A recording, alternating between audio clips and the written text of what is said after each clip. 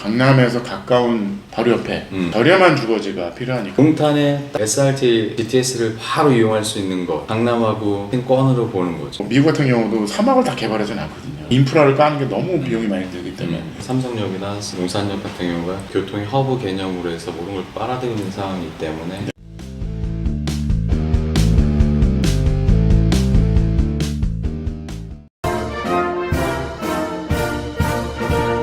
충성! 부대열중시요. 안녕하세요, 부대장입니다. 일주일 동안 어떻게 다들 잘 지내셨나요? 오늘은 좀 특별한 게스트를 모셨습니다. 제가 지금 용산에서 전용 강의장에서 오프라인 강의를 같이 하고 있는 그 유명하신 우리 이현호 건축사님이신데 오늘은 이렇게 유튜브를 같이 또 찍게 돼가지고 대단히 영광입니다. 감사합니다. 네. 불러주셔서 저야. 아유, 저희가 감사하죠. 그래서 오늘 좀 뜻깊은 시간인데 좀 좋은 이야기, 뭐 재밌는 얘기를 한번 같이 나눴으면 좋겠습니다. 한번. 네. 우리 첫 번째 한번 풀어볼 이야기는 네. 어떤 이런 지하철이나 우리가 요 얼마 전에 개통한 GTS A라인이나 SRT나 아니면 네. KTX 이런 게 갖는 의미들을 한번 좀 풀어보고 싶은 생각이 들어서 네. 뭐 이 첫 번째 보는 이 화면 보면은 네. 이제 우리 건축사님의 케이스죠 이게. 네, 구호소개통. 네. 가양동. 옛날 얘기네요. 옛날에 그러니까. 가양동에 투자했던 맞아요. 옛날 얘기.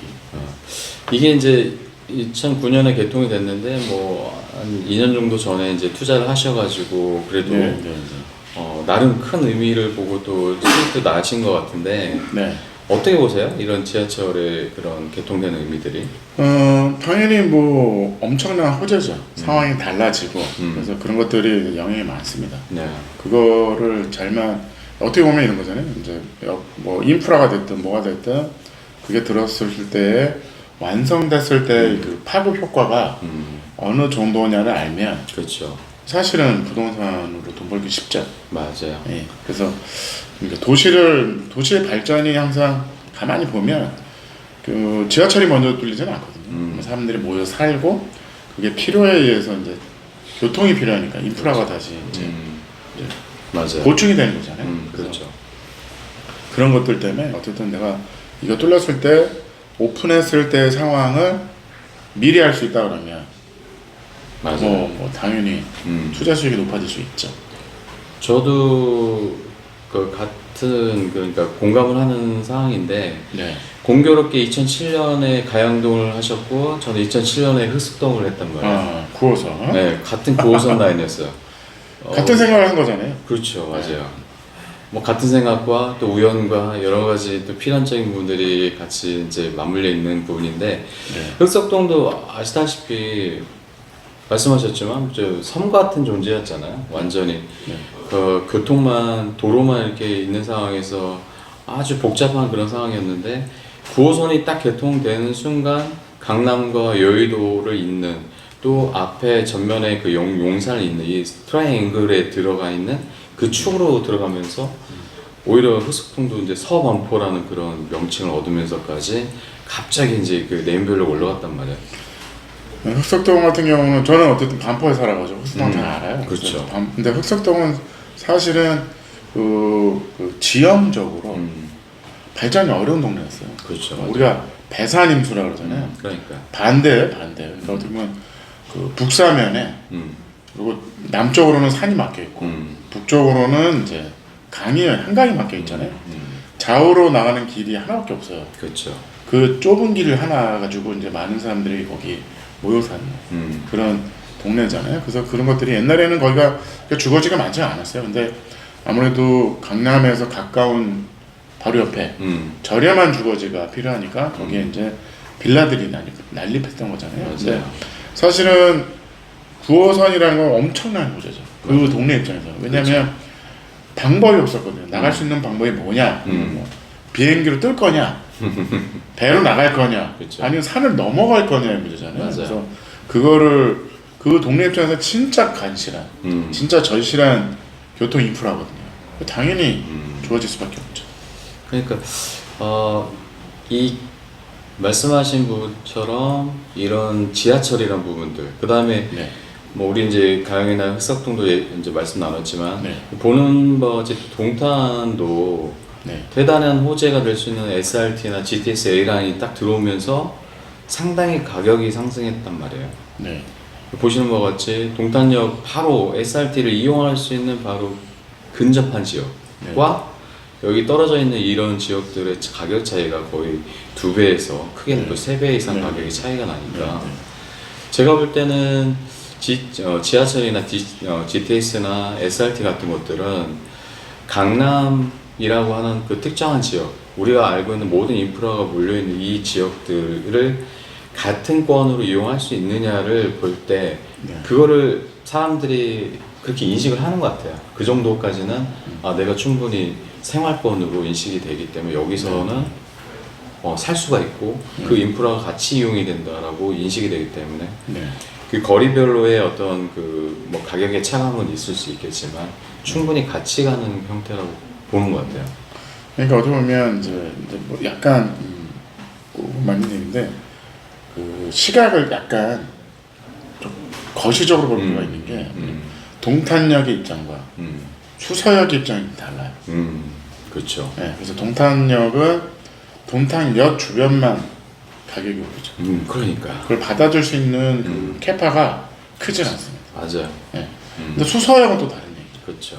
수서역은 나름대로 위치적으로 어떻게 보면 똑같은 거잖아요. 똑같은 종점인데, 야 어떻게 뭐 동탄이 이런 거죠. 동탄역이 들어왔대.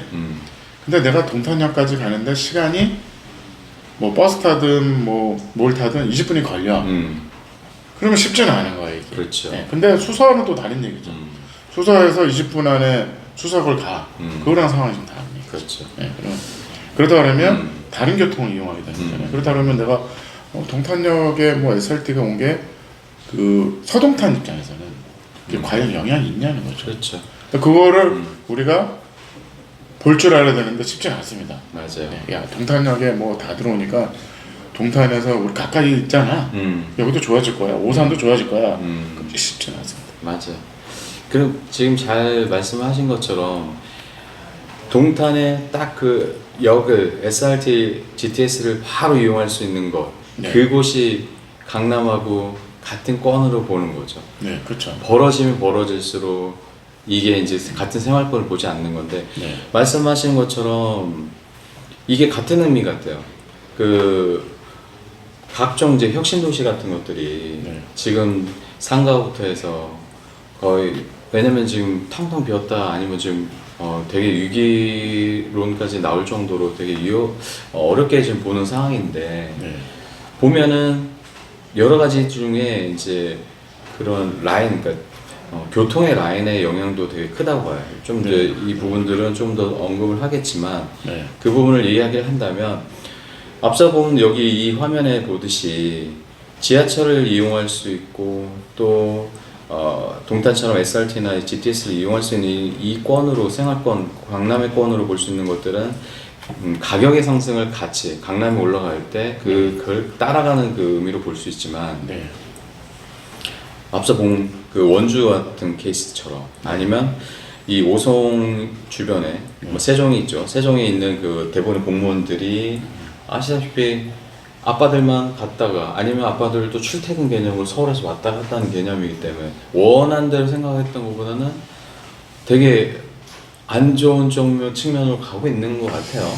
그러니까 혁신도시가 사실 실패했어요. 혁신도시가 성공을 뭐 국가로서 이제 뭐 정치인으로서 이해는 해요. 지방을 살려야 되니까. 그렇죠. 지방도 필요니까.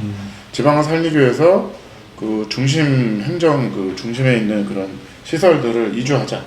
진주 혁신도시, 그렇죠. 나주 혁신도시, 정부기관, 원주 혁신도시를 이제 만들었잖아요. 네. 이해해. 근데 혁신도시를 만들어서 그걸 성공하려면 교통을 이제 인프라를 연결하는 거가 되게 중요해서 KTX나 이런 것들을 연결했잖아요. 맞아요. 근데 어떻게 보면 그게 거꾸로 실패하는 사례가 되는 거죠. 그렇죠. 그냥 당신 그냥 출퇴근해. 뭐 어차피 서울에서 출퇴근해도 1시간 반인데 그냥 뭐 KTX가 1시간 반에 간다며. 그렇죠. 출퇴근해.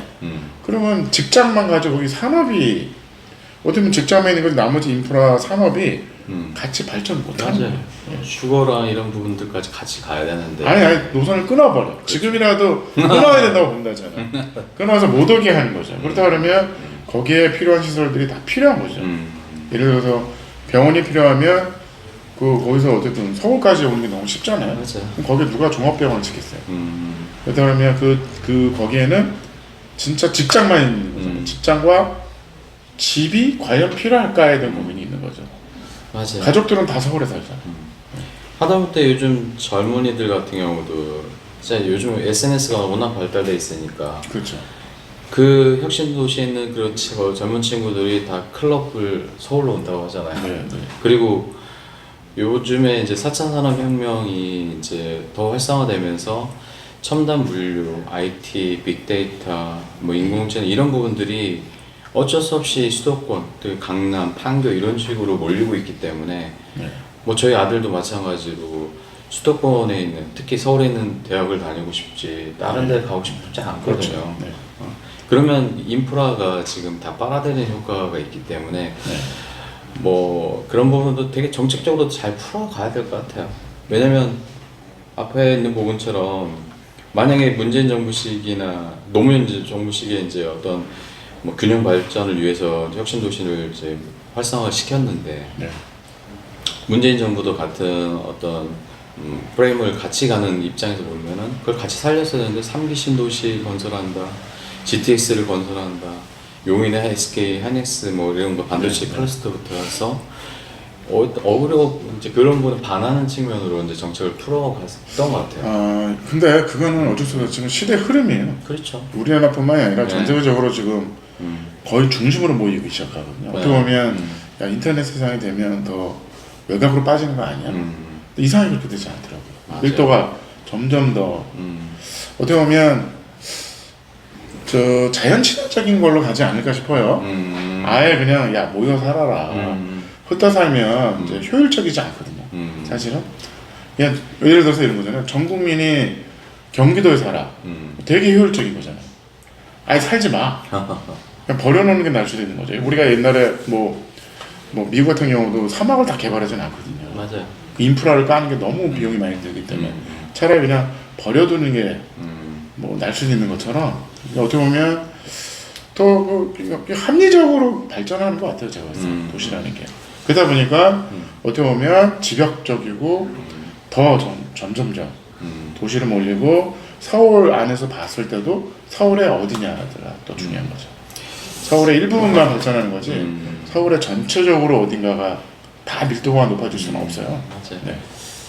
그 이제 얼마 전에 뭐 불경 뭐 메가시티 추진하는 것들도 막 다시 나오기도 하고 뭐 여러 가지 있지만 그 말씀하신 것 중에 이제 저도 예를 들어 이제 도쿄 같은 경우도 마찬가지였잖아요. 네. 처음에 이제 이게 도시 확장이 되고 우리가 이제 뭐 일기 신도시를 갖춘 것처럼 위성 도시를 갖춰가지고 이제 분산을 시켰는데 다시 지금 그 인원들이 들어오고 있잖아요. 그렇죠. 어떻게 보면 우리가 도쿄역을 만들면서 도쿄를 중심으로 쾌적한 도시를 만들었는데 거기서 이주를 할 거냐 아니면 거꾸로 그 역이 연결되면서 그 쾌적한 도시가 사는 사람이 거꾸로 내가 도쿄를 갈 거냐 선택해서 어떻게 보면 도쿄를 떠난 분들이 실패한 거죠. 그렇죠.